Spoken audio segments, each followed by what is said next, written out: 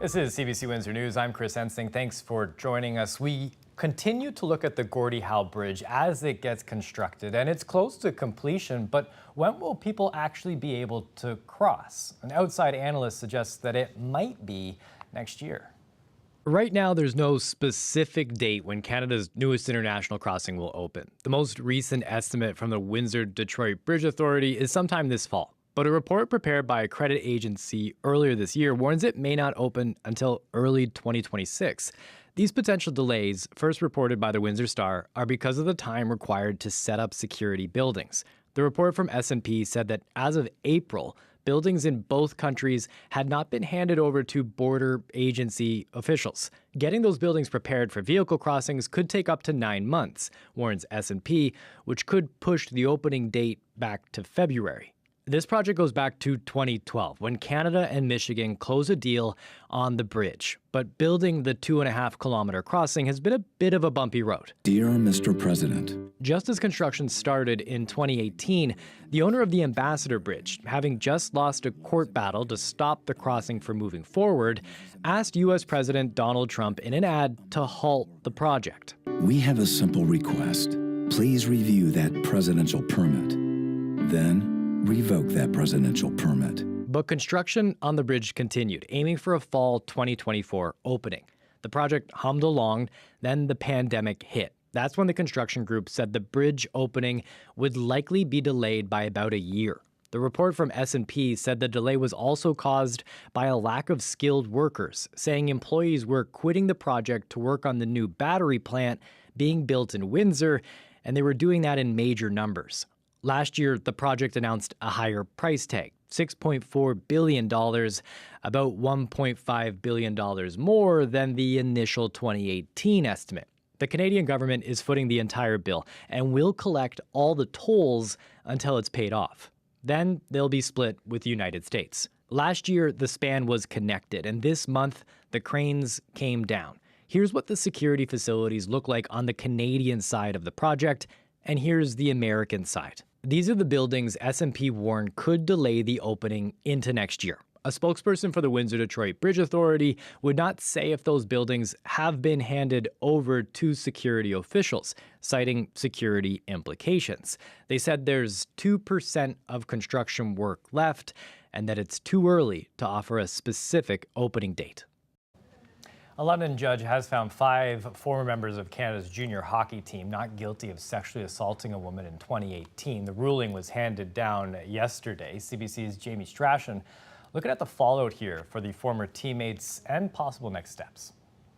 With a not guilty verdict secured, lawyers for the 5 players talked about how this case had derailed their careers. Alex Formanton was barely 18 years old and on the verge of a promising hockey career that came to a screeching halt on June 18, 2018. The damage to Mr. McLeod's reputation and his career has been significant. 4 of the 5, Dylan Dubé, Cal Foote, Carter Hart, and Michael McLeod, were all playing in the NHL before charges were laid and are now unrestricted NHL free agents. They have no ties to any team. But if a team wanted any of them, could they play? Right now, no. The NHL says the players are ineligible. In a statement, the league said the allegations made in this case, even if not determined to have been criminal, were disturbing and the behavior at issue was unacceptable.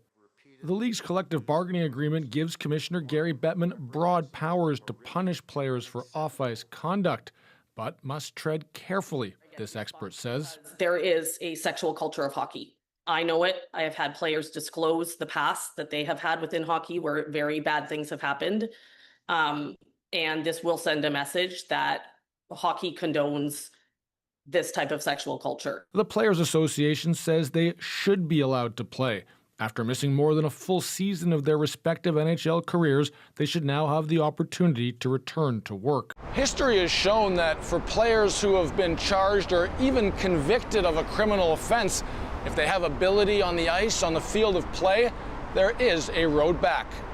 Many athletes, including stars like Mike Tyson, Kobe Bryant, and Michael Vick, have returned to glory after serious charges or even jail time. That could be the case here, according to this expert. Inevitably, we see teams make decisions based on skills and less on character and personal attributes. There's no timeline for the NHL to make its decision, but even if the players are allowed back, it'll be up to individual teams to decide if it's worth it.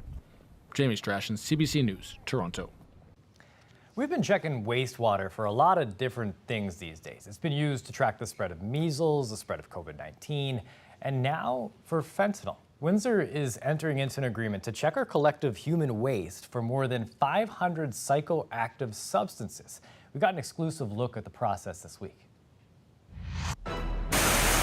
This is the Lower Manor Water Reclamation Plant on the west end of the city, where we receive water from the city of Windsor as well as from LaSalle. And every hour, the sampler, this automatic sampler, will draw a specific amount of volume into the tank through this pumping system. The samples we ship for COVID and drug testing will come from this volume. And again, we only need 1 liter to do all those tests for COVID and drug testing. So they do have a list of 500 drugs that they will be screening for and their metabolites. So this is West End data. So everything west of Paulette comes here. Everything east goes to Little River.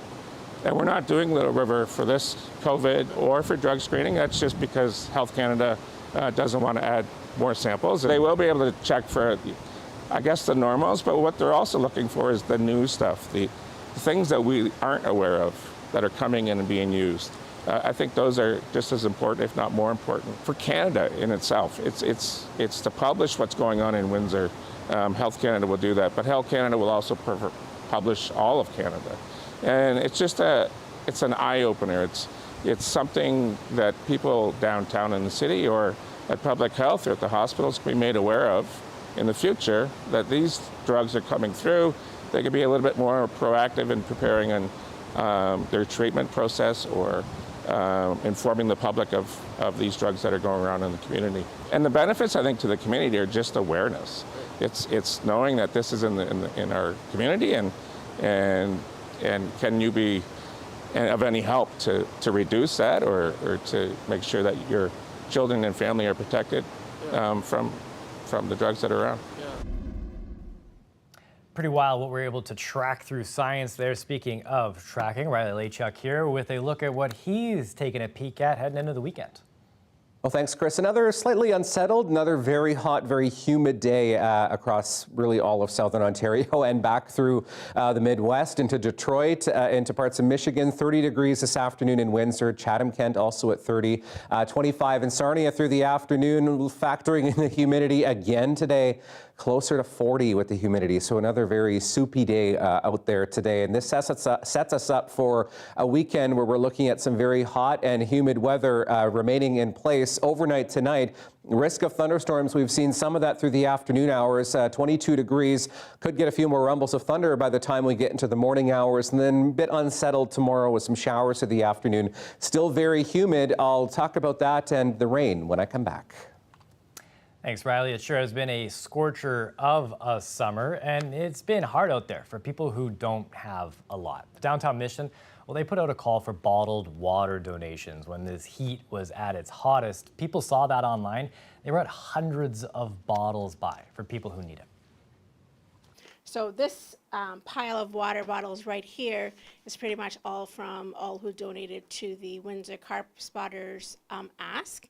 This is just a way of us as a community coming together to show these individuals whatever's befallen them and it's got them to this point. They're not alone and there is hope. People in Chatham-Kent are frustrated with where people living in tents have moved their encampment. Now council calling a special meeting to debate solutions. One councillor says people who are sleeping in the park at night should have to pack up their tents and leave during the day. You know, it's very inconvenient for these people to have to camp out at night, then leave, but it's also very inconvenient for people that cannot use the park at all during the day because of the encampments. That's the whole point, is to not have the encampments. But overnight, that's okay. Like, we can provide that kind of shelter, but the permanency of it is what is sort of the problem, right? About 40 people were kicked out of a park along the Thames River earlier this month. They moved to a green space beside the Public Utilities Commission building. Now, that space is close to an apartment building and some homes, and people are angry about the encampment being nearby. There's a petition going around with 1,700 signatures, and it's at the point where police have asked people to stop calling 911 about it, unless it's an emergency. A local outreach group says that they understand people are angry, but say the focus should be going towards upper levels of government and asking them to pay for solutions to homelessness, which they say is grossly inadequate. Councillor Bondi says his motion to get people to leave the park with their stuff during the day stems from the people who are upset. The mayor is also putting forward a motion that would see encampments banned within 100 meters of a residential property. It would force some of those tents to move. A woman whose elderly parents live in rural Amherstburg is launching a campaign to get the town to repair the street that they live on. Carrie McGrail's online petition to fix Concession 6 North currently has around 500 signatures. She says the road is so bad that her mother had to replace the control arm of her vehicle because of it, and that when her father was coming back from a hospital visit, she told the drivers to avoid the road. And I actually had to tell them, hey, take middle side, like go through McGregor, go up middle side road, just to minimize the amount of time that he spent on that road, because it is just jostling and bumping and terrible. Amherstburg Council's set to review its infrastructure spending in September. Town officials say they do a road study every 5 years, then they use the results to schedule repairs. This road that you're looking at isn't slated for repairs for another 6 years. I wouldn't say that it doesn't need attention. It definitely falls in the range of us having to do some work there. But again, we have other roads that rank even worse than that road. Canada is fighting to stop an invader from the United States. It's grass carp. They're now in American waters along the Great Lakes, and biologists say it's only a matter of time before they start breeding here. The CBC's Colin Butler got an exclusive look at what our country's doing about it. That steady beep, it's electricity surging through the Grand River, the largest river in southern Ontario, a weapon in Canada's war on invasive fish. Our goal is to prevent the establishment of grass carp in Canadian waters. This Department of Fisheries patrol boat works to maintain the waters. Wires extend underwater to stun fish, then they're scooped up by wading nets. Native fish, like this walleye, are recorded and released. And if crews are lucky, they won't catch anything worse. We haven't found a grass carp this year with our program, but that's a good sign. Grass carp, one of 4 invasive Asian carp species, are reproducing in U.S. rivers that flow into Lake Erie. They're always known as those fish that fly up and hit you in the face, but these ones are grass carp. They're not the ones that jump, so luckily I'll be okay. But Ontario's waterways might not be. DFO teams haven't caught one here yet this year, but make no mistake, they're out there. 34 have been caught since 2013, 3 of those in this river alone. At full size, they can weigh 40 kilos. In aquaculture facilities, when there's no vegetation for them to eat, they throw cabbages in, and they eat the cabbages. This top expert on invasive fish says grass carp would devour the plants native fish depend on for spawning, for shade, and as a nursery for their young. The establishment of grass carp in the Great Lakes would be catastrophic. It's why scientists aren't just hunting invaders, they're also documenting native fish. Because once grass carp start breeding here, the ecosystem will be forever altered and not for the better. And that steady beep, it might be the final warning before the carp change everything. Colin Butler, CBC News, Dunnville, Ontario. 3 mine workers in British Columbia have been safely rescued after being trapped hundreds of meters underground since Tuesday. This happened at the Red Chris mine near Dease Lake, about 420 kilometers west of Fort Nelson. When the rescue team announced to us, we've got all 3 of them, they're in good spirits. I mean, goosebumps as I say it, happiness, but more happiness for them. Officials say all 3 men in good health after being brought to the surface Thursday night. The drillers have been sheltering in a refuge chamber with access to food, water, and air, but about 280 meters underground. They had to bring in specialized equipment to clear the tunnel following 2 collapses. Vehicles equipped with reinforced protection rescued the miners, who are from BC, Manitoba, and Ontario. The mining company says they will do a comprehensive investigation into the incident. Live look outside. More news after the break.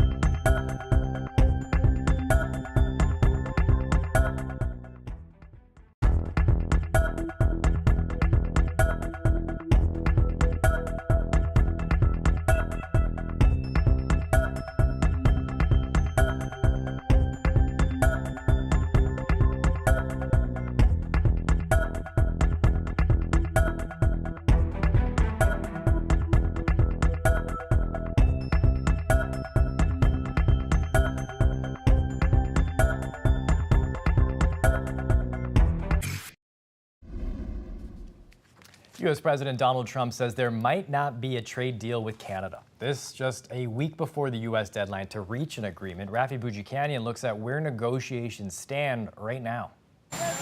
Just a week away from his deadline to reach a deal with Canada, the U.S. president musing Ottawa won't get off scot-free. August 1st is going to come, and we will have most of our deals finished, if not all.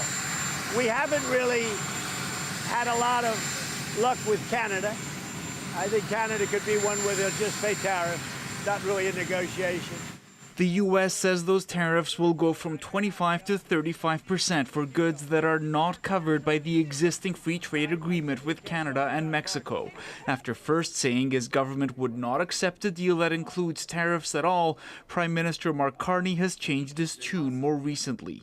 We are looking for the best deal for Canada. We're only going to accept the best deal for Canada. The government's benchmark for a best deal now is a mystery. Canadian officials were in D.C. just yesterday for negotiations with American counterparts. These are complex negotiations. The Canadian-American economic and security relationship is unique. There is no comparator with other countries in terms of the way the trading and security relationship between our countries has evolved. In all kinds of. Meanwhile, some say moving the goalposts during deal making is on brand for Trump. He forced in his first term the renegotiation of the NAFTA. He said it'll be done in 7 to 8 weeks. And it took us 7 rounds, official rounds, and then a couple of unofficial rounds in 17 months before we came to a deal that, in the end, has worked very well for the U.S. And for Canada. In Scotland this weekend, Trump will meet with European Union officials as well as British Prime Minister Keir Starmer, while Canadian officials say they will go to D.C. again next week, hoping to iron out irritants. Rafi Boudjikani on CBC News, Ottawa. France will recognize an independent Palestinian state. It's a first for a G7 country. Nala Ayed has more. In the quest to find food in Gaza, waiting in the heat is just the start. Tekiye, they call it, community kitchens that hand out hot food, a line of last resort against Gaza's hunger. And so Sabrine Jaidi showed up at 6 a.m.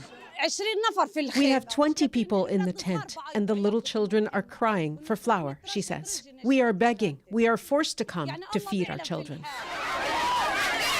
When it is a matter of survival, even handouts come with a cost. Israeli and American negotiators withdrew from ceasefire talks Thursday, blaming Hamas for not acting in good faith. Hamas didn't really want to make a deal. They're going to be hunted down. Late Thursday, France's president declared plans to recognize a Palestinian state in September, saying there was no alternative to a two-state solution. Israel's prime minister swiftly condemned the plan as rewarding terror. Prime Minister Mark Carney, meanwhile, also on X, wrote, Canada condemns the Israeli government's failure to prevent the humanitarian disaster in Gaza. Canada, he added, supports a two-state solution, but he stopped short of planning to recognize one. So what is preventing us? So I am traveling to New York on Monday to have this very conversation with our counterparts. But there's more that G7 countries, including Canada, could do to end the crisis, says this Canadian former UN Special Rapporteur. That countries in the global north are going to have to take a significant step forward by looking at sanctions on Israel in order to make any lasting progress on achieving a Palestinian state. In Gaza, Palestinians welcomed France's announcement as overdue. But this man made his point by asking the children around him, what do you want, a state or flour right now? He asked. They want to eat, he says. You're talking to me about waiting for France. People are waiting for aid. And people are still waiting for aid. Nala Ayed, CBC News, London.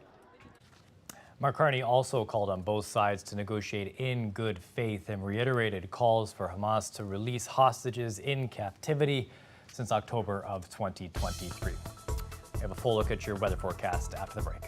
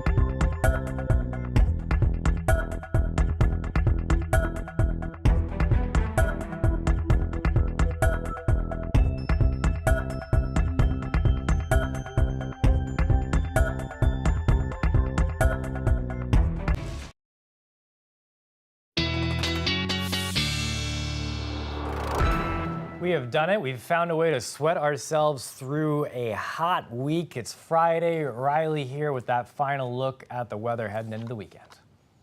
Well, thanks, Chris. Yeah, we are setting up for a bit of an unsettled weekend at times. I don't think that should deter you from getting outside and maybe doing some activities outside, as long as you have a lot of water with you and you're prepared for the possibility of some showers. So high pressure has been trying to set in north. To the south, though, we've had a bit of a frontal boundary start to move in, and that has, as expected, triggered some showers and even a few rumbles of thunder throughout the region as we got through the afternoon hours. None of these really meeting severe criteria, but certainly you could get into some periods of heavy rain, some wind, as well as we get into the overnight hours tonight as a bit of this instability starts to work its way through the system here. As we get into the day on Saturday, we start to see this frontal boundary start to push in, and what this does is introduce a little bit more cloud cover into southwestern Ontario as we get into the daytime, and really fuels a fairly good chance that we'll see some showers at least on and off throughout the day tomorrow. And you can see as even we get into the afternoon, I mean, not rain all day, but certainly we could get into some periods of rain or some light showers on and off as we get through even into the afternoon hours. We get another round of that as we head into the evening, fueling that risk of thunderstorms once again because of all of the heat, the humidity, and the energy that remains in the atmosphere as this ridge of high pressure aloft still remains in place. So some of that very warm, very humid Gulf air that has moved into the region. Behind that, we start to get some clearing thanks to high pressure, and that will push our temperatures up as we get into early next week again. So we're looking at very hot and very humid conditions persisting here as we get into the next several days. In terms of rainfall amounts, some of these numbers are taking into account the potential for some thunderstorm activity, but generally looking at 5 to maybe 15 millimeters of rain as we get through the weekend. Again, this will be hit and miss, though, as we get through the next several days here, at least through Saturday and Sunday. So temperatures into the afternoon, 26s, 27s. Chris, I know you're a big fan of my muggy meter, so I thought I'd show it as we head into the weekend here to show you that this very humid air mass with these high dew point temperatures remaining in place as we get through Saturday, Sunday, right through Tuesday in that undeniably unbearable range before we start to get a bit of a reset in our atmosphere by the time we get into the middle of the week here. So 27 through the afternoon tomorrow, feeling closer to 37, closer to 40, maybe some showers in the morning. Then we get back to a mix of sun and clouds as we get through the rest of the day Sunday, and then you'll notice temperatures back into the 30s for Monday and Tuesday before, Chris, we start to get some relief through the day on Wednesday. That muggy meter makes you a fantastic forecaster there, Riley. Thanks for that. That's it for us here. Enjoy your weekend if you can get it.